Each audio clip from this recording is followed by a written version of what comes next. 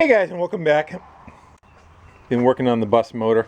I haven't been filming much of it. Just wasn't in the mood.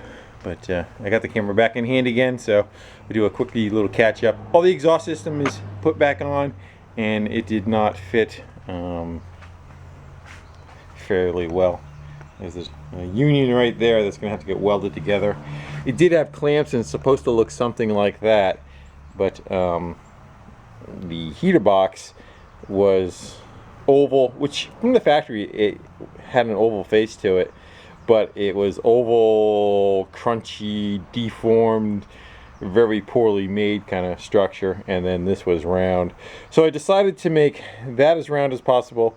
Did I slice this? I think I sliced this to get it to open up some, to go over it, and it's not going to be able to get clamped together. It's going to end up having to get welded together, both sides. That one's a little bit better fit, but not great.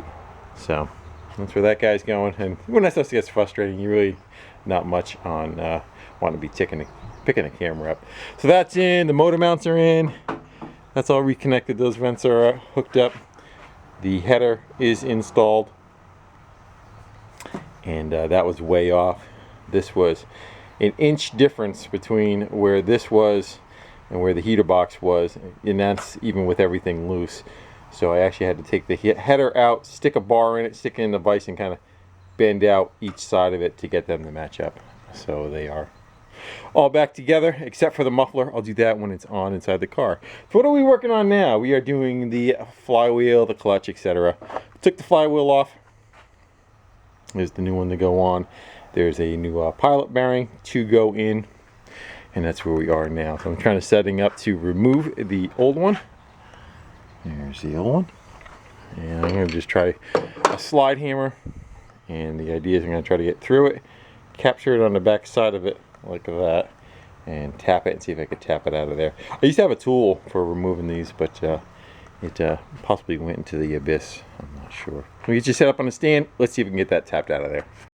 All right, see if we can get that to go.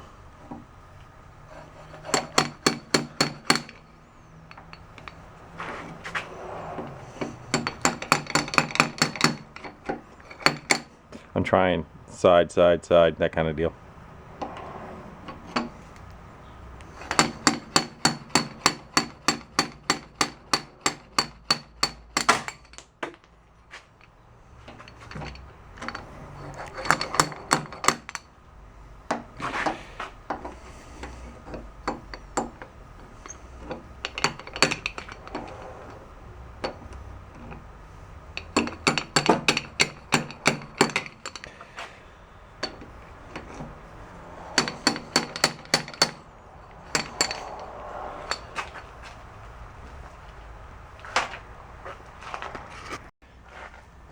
You can probably hold up on that guy right there.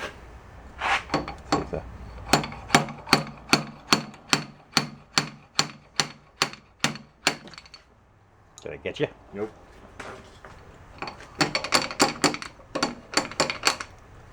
Just like that. Voila. Clean that up. Go get the new one in there. And see if we go tap in the new one. We'll get it started nice and straight.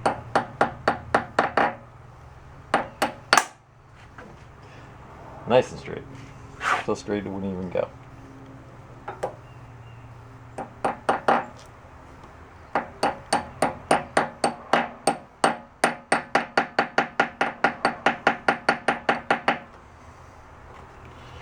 Installation tool.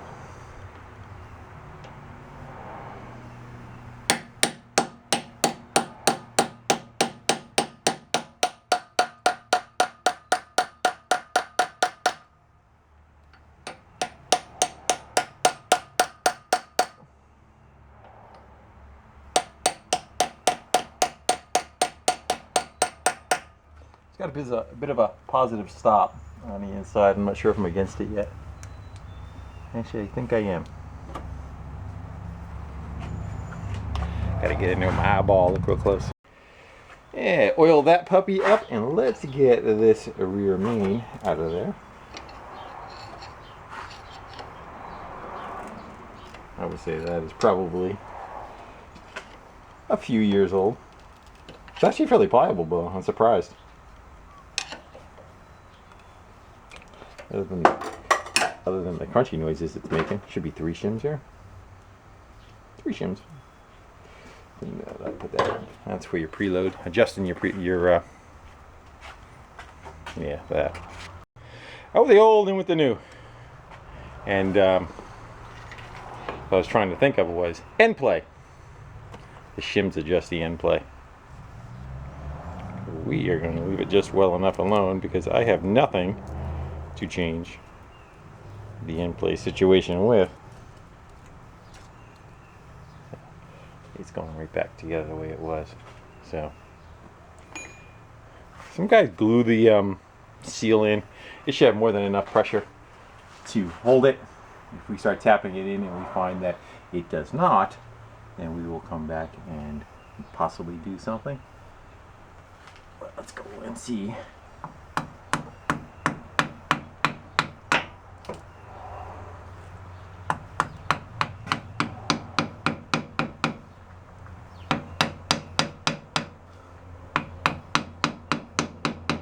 I'm trying to tap on that outer edge because that's where all the strength is, and inside this rubber there's a steel ring. Should probably cut this one open maybe later and we'll show it. But trying to get that started evenly all the way around, and then I'm going to come back with a piece of pipe.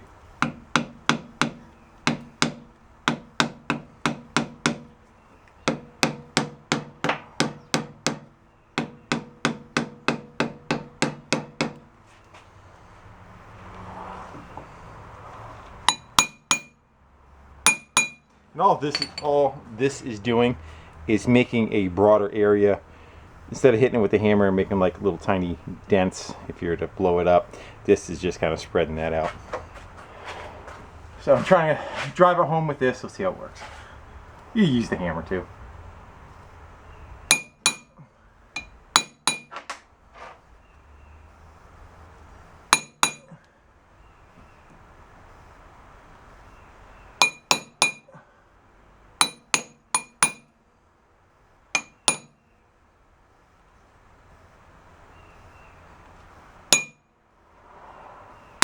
You guys are waiting for me to hit my hand, aren't you? I heard you.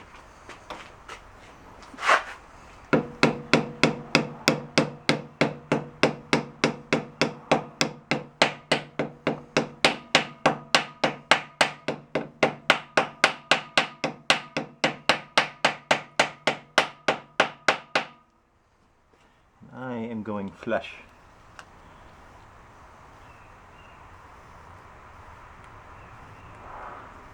There's a little tear right there.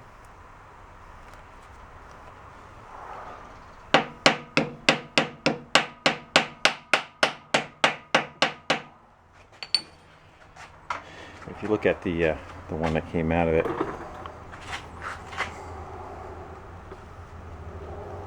you can see that it's got the ribs on it. Each one is like its own separate oil seal kind of going across it. Oil has to get past each one of those. What do you say we look inside it?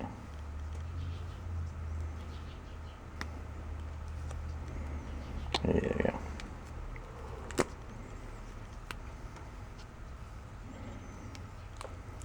So that's what you're really kind of trying to tap in there. And destroying.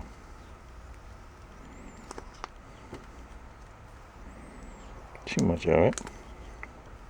So that's why you're trying to tap on the outer edge, because that's where the metal is, right there.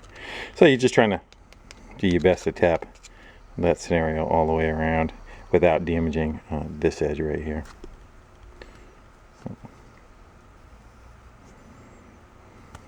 Those who wanted to know. Now you know. So I put a new flywheel on, cleaned it with brake clean, and put a new O-ring on the back side. I oiled the rear main seal, the center of the rear main seal, so that there's no drag on it. It doesn't burn it up right away. And put a little bit of oil on the center bearing that you saw me change. So now we got to go and get the dowel pins back in.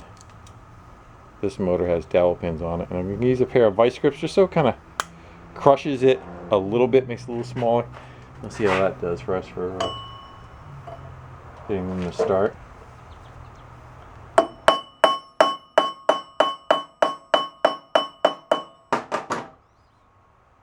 It's fighting me.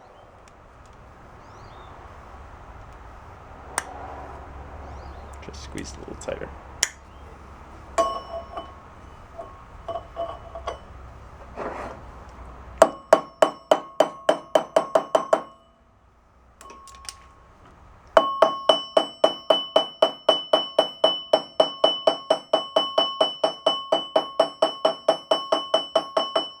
Ring that bell. One more. It's not gonna hurt it. It's not gonna bend the crankshaft. It's not gonna. Picture the comments now. Preemptive strike. And let's go see this last one now.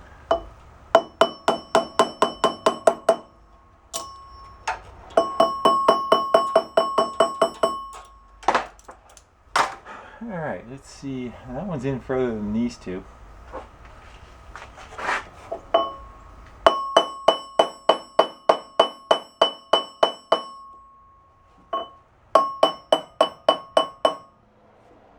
Hey, they look about the same now. Clutch alignment tool. That in there.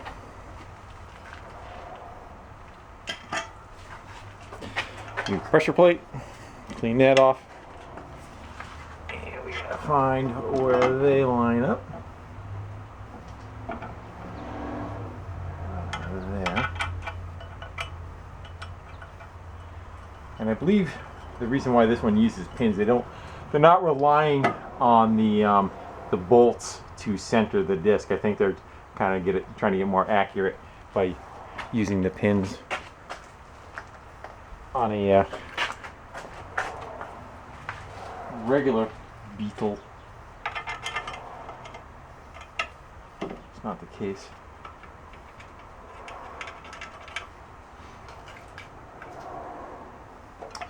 And when you're putting this together,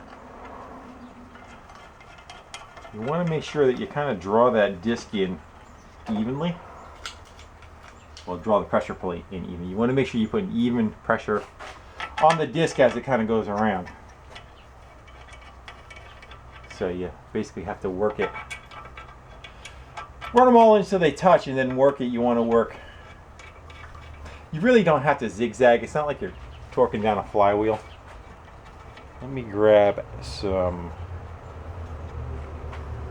tooling, wrench-wise, and at least show you what I'm talking about. And let's draw them in.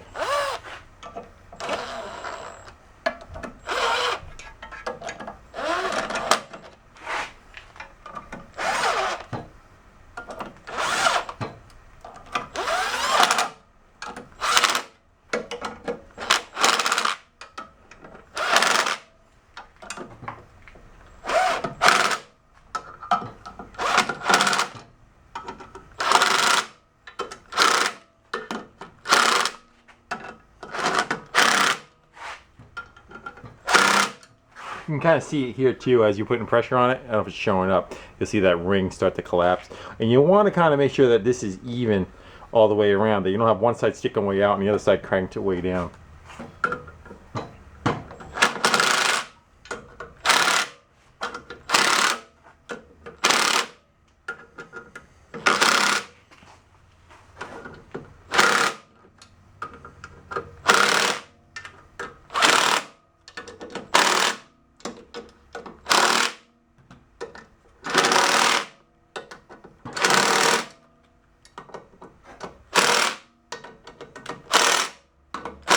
Well, they're already in for wherever the power that is. I'm going to throw a 13mm wrench on that and kind of feel them by hand. I'm sure there's a torque spec. There's a torque spec for everything. But I'm just going to kind of come back and make sure that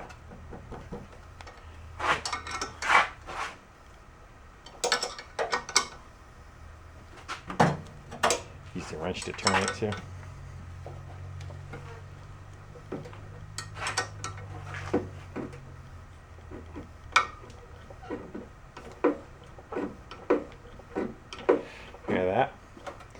the back of the flywheel, there's a little proximity studs that stick out. They're hitting. So on the flywheel, here's the old one. Those two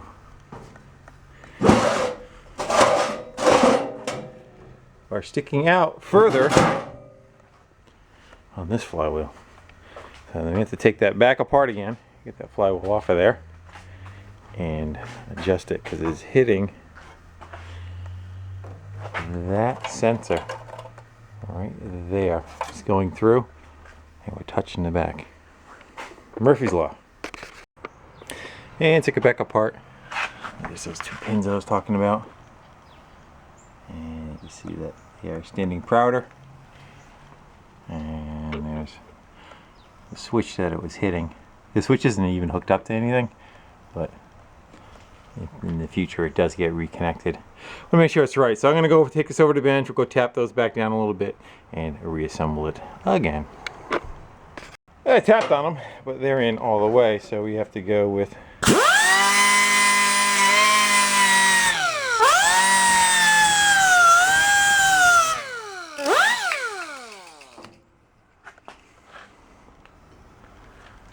it's still a little proud. A little more. Hold on. These roll lock wheels work pretty good, but you got to watch when you let off the throttle on this.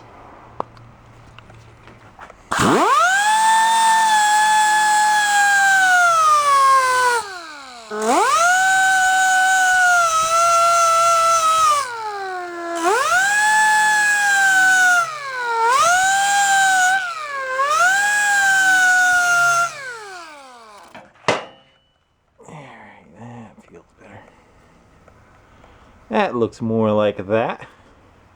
Alright, now we can put it back together. We do it right because we do it twice. Alright, spun it around second time, now we're good. No more bumpy in the middle of the night. So this is the alignment tool. See, it's got a bit of burl from that bearing that I put in there. But you want this to be able to glide nice and freely in and out, because this is the same as the transmission. And if this is fighting you here, it's definitely going to fight you when you're trying to put the engine and trans together and be wrestling with the misalignment. So that is the same as that, other than the fact that that's plastic, but you get the idea. So I'm going to go switch out that throwout bearing, and then I think I am waiting on a gas tank for this, so I do not want to put the engine back in until I have the gas tank. So I'll pick this video probably back up at that point. But I'm going to throw the throwout bearing on it, and we go jump onto a moped. So the engine's kind of ready to go back in, and kind of one thing we were waiting on was the gas tank to show up. And we decided to replace the gas tank. Here's the tank that was in it. The reason why we said that was because the bottom of the tank kind of looked like it was a homemade adaptation to have an in and out. On fuel injected cars, you got a flow that constantly goes through it, and on a carbureted system it just draws on one line. So we were kind of under the assumption that that guy right there was someone's attempt at trying to make a carbureted tank fit a fuel injected bus. And we kind of looked online. The owner, I kick it back to the owner to go chase parts and what he wants to go do. Decided that he would look into replacing the tank instead of possibly having a failure due with that, because we were dealing with a gas leak. And we'll get back to that in a minute. So he ordered a new tank, and we got a new tank. And guess what? The new tank and the old tank are the same situation. So I have a feeling that they do not make a fuel injected tank, and what they do is they convert the old ones over. So I asked him if he wanted to send it back. He said, no, that's fine, we'll put that one in. That one was not strapped in and kind of flopping around anyway, so it was a little disconcerting on the installation, and it's been rubbing and chattering in a couple of places, kind of rubbing into the metal where it's been flapping around. one spot's got a fairly decent wear mark in it. Not seeing it at the moment. So we're going to now move forward because that's what we were waiting on. But it's going to be this style tank going back in. Well, going back to the setting unit and the leak that this tank was having is, as you can probably notice, you see a lot of staining kind of running down from there. So every time you filled it up, you would smell a lot of gas. Took the sending unit out, new sending unit. As you can see, it was pretty much just glued into place, and it looks like there's some kind of cork, something mixed in with that, but not enough cork to make that a gasket going all the way around, or it's paper, or I just don't know. But as far as what I understand, that is supposed to be a rubber O-ring. So we're going to move forward with the tank. I'm going to go to the wire wheel, we're going to get all the crap taken off of that. We are going to go see if we can get that all back together, see how much of a pain in the ass it is to get that pressurized down and twisted back into place, and then we'll start moving forward with making covers for the strapping. We got to repair the strapping that's on the bus that's damaged and run vacuum lines, etc., etc. So without further ado, let's get her. So that is cleaned up. Wire wheel did a good job of getting all that stuff off of there. It kind of had almost looked like paper impregnated in with, like, I don't know, Dum Dum or sealer or Right Stuff. I'm not quite sure what that stuff was, but it is not supposed to be for a gas tank, I believe. So I marked where the sending unit plunger is pointing. Not sure, I forget whether it's supposed to be that way or that way. I guess it really doesn't matter as long as it clears everything on the inside. So let's give that a shot. And hopefully that'll want to kind of work down around the rubber by itself without having to lube itself up. That's pretty good. Seems like I should have put up more of a fight than that, shouldn't it? Let's just try tapping it a little bit. I think it's all wrong though.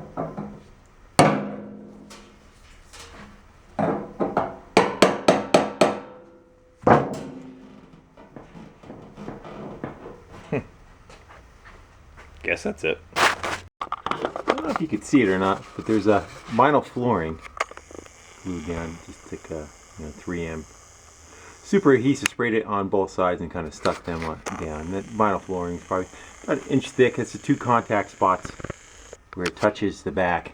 And then once I get the tank wiggled up inside there, then I'll do the same for the top strap. Whether it's necessary or not, I'm not quite sure, but I definitely wanted something on the bottom. Once it's clamped down, we shouldn't move much at all, but we're in here. The straps are already got to be modified, so if they need to be a little bit longer, it's not going to hurt anything. So I may not film me trying to wrestle getting that tank in there, because there's not much room for you, me, the tank, and the camera all in the same place with lighting. So it's up in place. Actually wasn't that bad. And it's sitting on those, but I don't know what you want to call it, nylon maybe? Rubber, plastic, all the above mixed together. That looks pretty good, but now we got to lengthen those straps. That one I could probably get away with trying to do something with the end of it and getting a bolt back on it, but after I put some foam material down on it and everything, I think it's gonna be a little on the short side. And this guy has to be done anyway, which only comes to there. So what I have to work with is my scrap board is a nice piece of stainless. I figure we'll slice up some bands on that. I think that's about 16 gauge, probably about the same as what's on there for a strap. And it's pretty tough, so I'm going to start to get the fabricate. Try and slice up some metal. Just going to kind of eyeball it. You think about that wide? And we're going to, should I cut 2 or 1? Make 1 long one.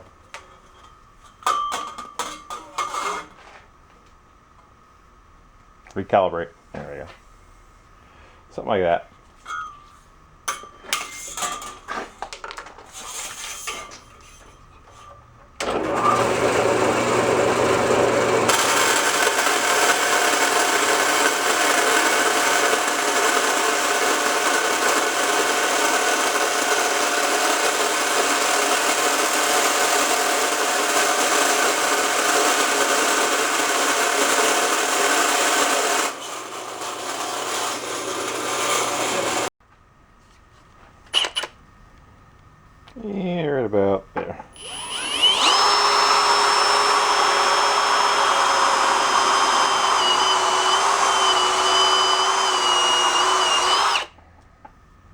that good? Maybe one more.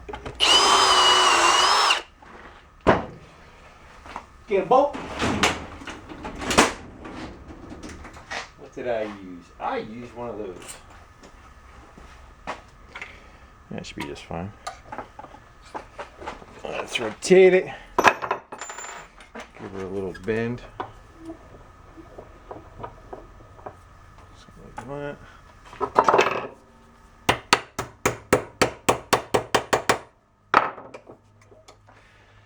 And it should be able to drop down. Just open that up and seat it. Got one of those square shanks on it. But I'm going to weld it anyway.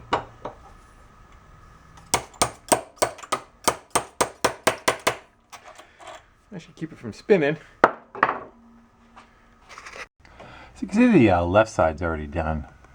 And tightened up. It's double nutted with a washer underneath. And still has about another inch of pull if I need to over time, if that kind of like settles into the straps and we got a little bit more cushion.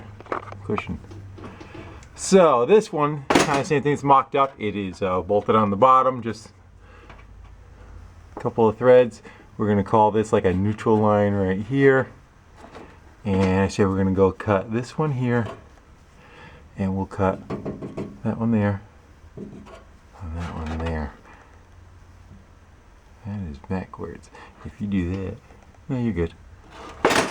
Alright. And on this one, I welded it here. It overlapped itself, and I welded it again on the back side there. So it's actually kind of attached in two places. So we get that one cut up and buzzed into place and bolted down. So the tank's pretty much ready to be sealed up. It's got all the straps made. Changed out all the vent lines and clamped them. I don't really think it needs to be clamped, but I'd rather caution on the side of safe. And we have a bunch of extra clamps. We bought a bunch anyhow. So I went ahead and did them, even the hard ones. There's a tough one up there, I think, to go get. That one was dust. And what happens is they leak fumes into the compartment. Where was it? It was this one. That's the one that was up there. So that was OEM. And there's a company, the lines still run back here and they go to a vacuum canister. These are so-so. But I am going to leave them for right now because I would rather use the good fuel line that I have running on the tank, and if we have to, we substitute those with something that's a little inferior, but and they're easier to get. This is all getting sealed up behind the tank, so I'm gonna button that up and we can continue on to something else. But I want to get the pan up over the cover of this. Everything's all clamped and wired. The fuel gauge is connected, and it looks pretty good. That should hold up for a long time. It's got cushioning on the straps. It ain't clanking around anymore like it used to be. So I think the smell of fuel should be much better than what it has been. I hope you could see. I ended up taking the center motor mount bracket out. It wiggles up like that. We thought we ordered one of the rear down by the tail shaft. We did not end up getting that. We got one of the two of these. It didn't need it, but because we had it, I took it down and replaced it. Here's one of the old ones. They look about the same, but they should go.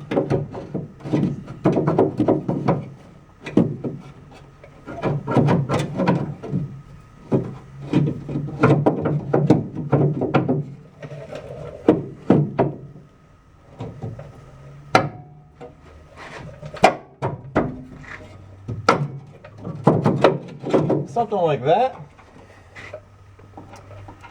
Catch a bolt on the bottom, and when you could see the top two bolts on the trans end up going in there. So it's actually held in 5 places.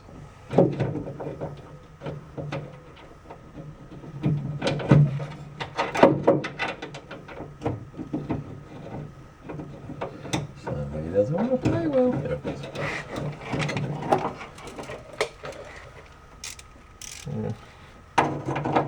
I'm debating whether to probably should jump on the lines, whatever I'm going to change as far as heater lines, throttle cable, that kind of thing. Here's the end of the throttle cable. This cable looks like it's got some age on it. It's a common thing that they break too. Clutch cables here. Heater cables you're probably not going to be able to see. There's a broken off end of that one. This one's still got an end on it. Down over here. I think it's out of your window though. So, that's that guy. Fuel line goes right through there too. Well, might as well leave it off because I'm changing it anyway. So, that'll probably be the next thing. I'm up under the front of the bus. There's not that much room, but kind of get you an idea. We were looking at where the pedals come down. This is the clutch cable. It's down because there's no clutch in it. And you can see right in that tunnel, so you can get you some light. There you go. You can just, there you go. There's the cable. And it continues on. It's right there. And then it goes into a tube and runs all the way back. It actually looks pretty new. I think what I'm going to do, I'm going to pull it back. If I don't see any fraying, I am going to leave that one alone and leave the spare in with the vehicle. It's kind of a common thing that breaks on all the rear engineer VW stuff is the cables that go back there. So it's kind of good to have spares of them with you because they're not terrible to change, but you kind of want to have one to be able to do so. And we are looking for, what are we looking for now? Our gas pedal is right there. That one we'll probably pull out now.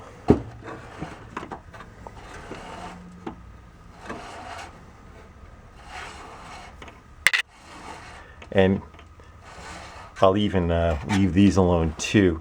No, wrap it up and put it inside the bus and keep it with it just for future.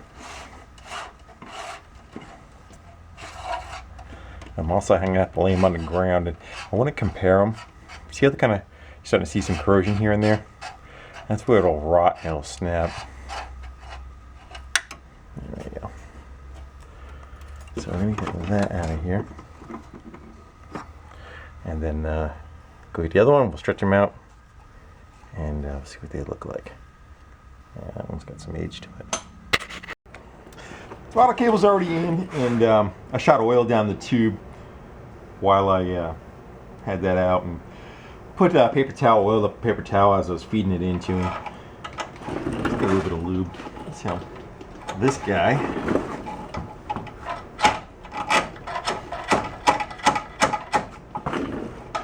does not want to come out.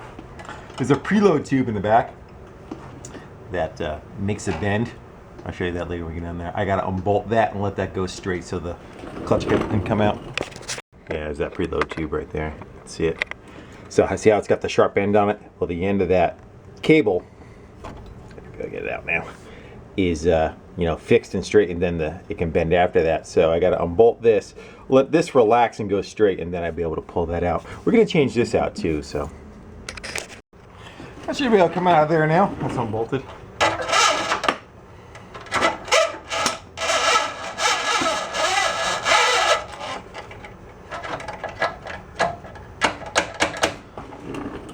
Come on, you're almost there. Don't freak me now.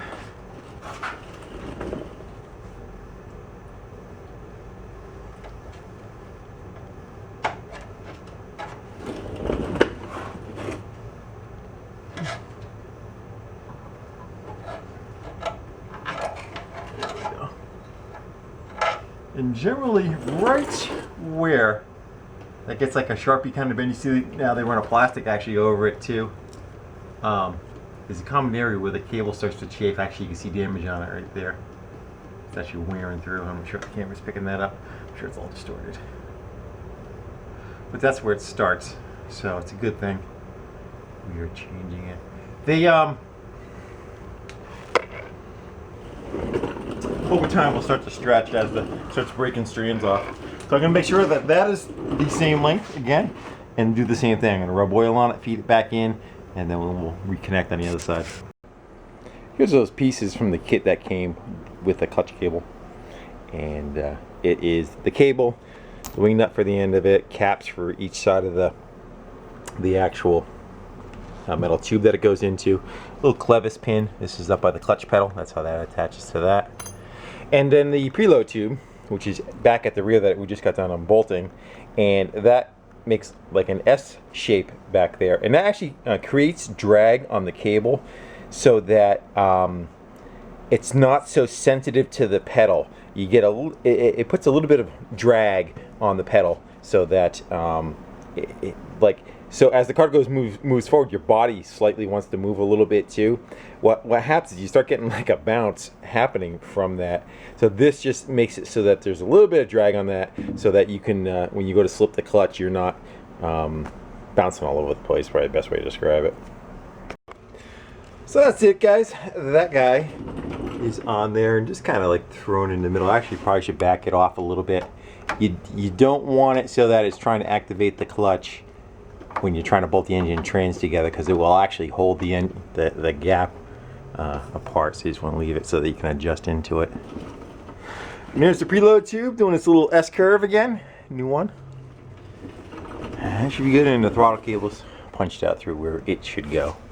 So I am probably going to wrap this one up. It's probably been a long video. I'm not sure even what's on it because it's over a couple of days. But probably get the motor in tomorrow. My back is a little sore. Flopping around on a creeper, so history has told me when to be a good boy and don't push your luck. And so losing a day, you lose 2 weeks because you're curled up in a ball because your back hurts.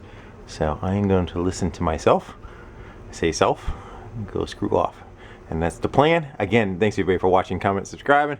Hopefully one more, we get the motor in this and get her all buttoned back together, and I get my garage back. All right, guys, thanks. Later. So I'm gonna chase the fuel lines before I go and put the motor back in. So coming off the fuel filter, here's the pump. Fuel's going this direction. Fuel filter, it steps up its diameter for some reason going across that, and then it looks like it kind of steps back down, or I'm not sure what's kind of happening there. We're gonna leave that alone. But I ran a new line across the back. It clips into a couple of clips on the back firewall there. Again on that one. And an original fuel injected tank would have 2 outlets right there. 1 and 2 would be next to each other in that hole. And then the replacement one, they ended up putting it over here, and you know, previously in the past that was drilled out and hacked to accommodate this fitting. This fitting and this connection is not that great. It is I double clamped it with 2 different styles of clamps to help it, but this could be much better quality and have more of like a barb on the end of it instead of it just being smooth tubing like it is. But that's what I have to work with, so we're going to move forward, and again that's why I double hose clamped it. This one goes up into the tank probably about an inch, maybe 3/4 of an inch, something like that. This one I do not know how far it goes up into the tank, if at all. I was debating which one to go with. There's a pluses and minuses to it. One is you're not sucking the dirt and the crap off the very bottom of the tank. If it's at the very lowest point, debris that's kind of going around, water. But on the same token, you probably lose about maybe a little under a gallon of capacity, or 3/4 of a gallon, that you're not able to access because that pokes up into the tank a little bit. So we're gonna leave it like that. I guess it's not that big of a deal if you want to swap them in the future if you find it being an issue. But I think that's how it was kind of put together when I took it apart too. But so be it. We're gonna stay with that. Well, motor's under there, halfway jacked up. Gonna start letting the bus down and see if we can come to a happy medium where the two of those will interact together very well. I might want to get that relay out of my way, and that out of my way, that out of my way. Safety is up on the lift.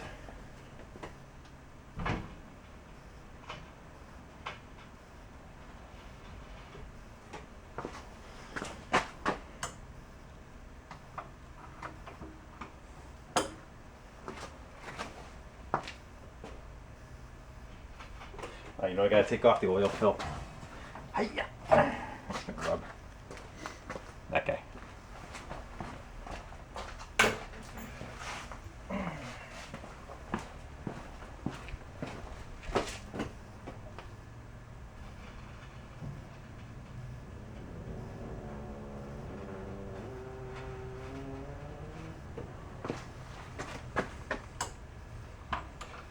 About another 6.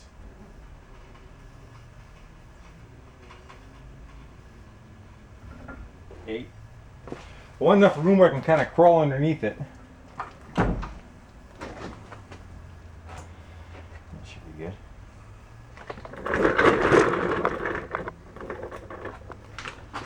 The emergency brake is on and it's put in first gear, so that stops the engine from turning, the transmission rather from turning, so that I can get the two of them to line up.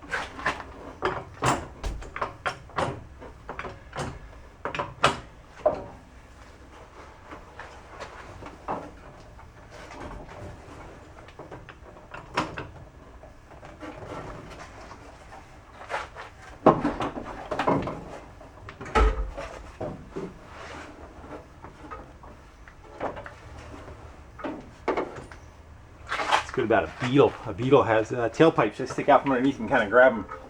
Use that to help you move the motor around. I think I have an issue with my heater boxes. My cable ends. I may have them on the wrong side. I saved you 20 minutes of light swearing. What I was hitting on was this lever right here for the heater box. Was hitting the rail. So the motor's kind of just attached to the trans mount right now. So it's a little off from left to right also, but I just bent it down for now to get it out of our way. Engine and trans are bolted together. Voila. So now I am going to just start hooking up a bunch of the hoses and cabling and all that. This gap is still open in here because this still has to get cranked all the way up to there. That's the gap that gets closed up to about like that. So while that's apart, I can chase a bunch of this stuff and fuel lines and all, have a little bit more elbow room to get in there, and then I'll crank it up into place and secure the other 4 mounts, 2 up here and 2 in the mustache bar, and then we should be getting fairly close to fuel back in it. Give her a cycle.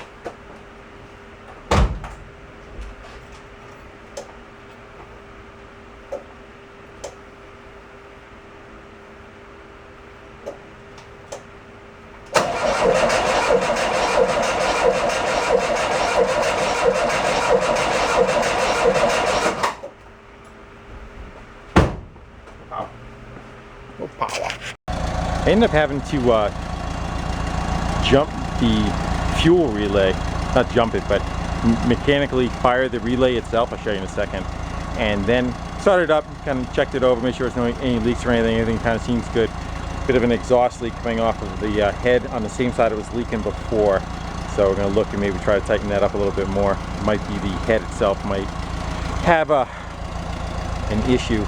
Anyway, so that's all buttoned up, everything looks okay. Turn the idle up a little bit, seems all right. The shim that I had in there holding the relay, I looked down, fell out, and it was still running. It was actually this piece of tape right here. That was wedged up in the relay to hold it, keep it going. And so now it's staying running. I'm not sure if I stop it and start it again whether the relay's gonna latch. That guy right there. So we're gonna find out, I guess.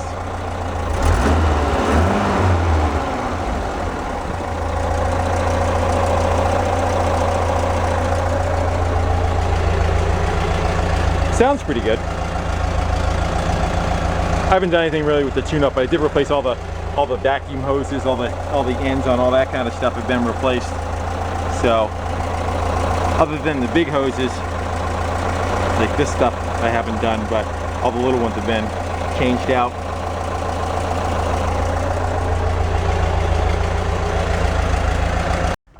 So it's the next morning, and see how it does on a cold start now that it's been kind of sitting and fuel is all built up. I have a feeling it's not going to want to idle. I have a feeling the cold start circuit does not work, but let's see what we get and we'll go from there. Don't need the wipers on.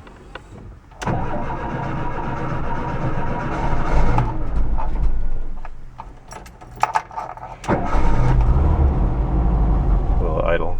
No, yes, I figured.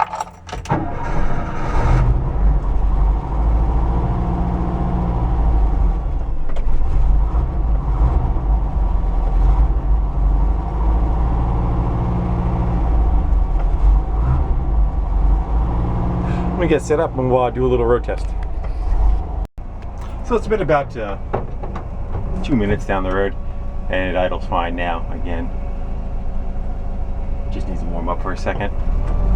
Let's run it through the gears. You guys aren't very stable over there, but hold on the best you can, all right?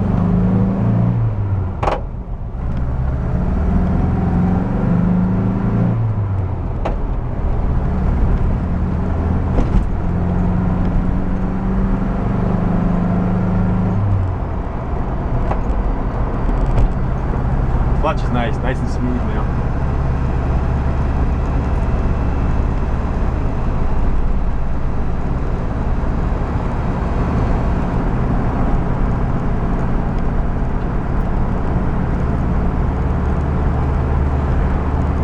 So at least, you know, I still got issues, but it's nice and safe. Well, much safer. It's safe as far as the Volkswagen air-cooled is concerned. How's that? They already have their inherent issues, but a lot better than what it came in. Gas tank's not flapping around in a hole and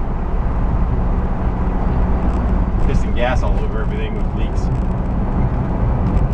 This is gonna get bumpy.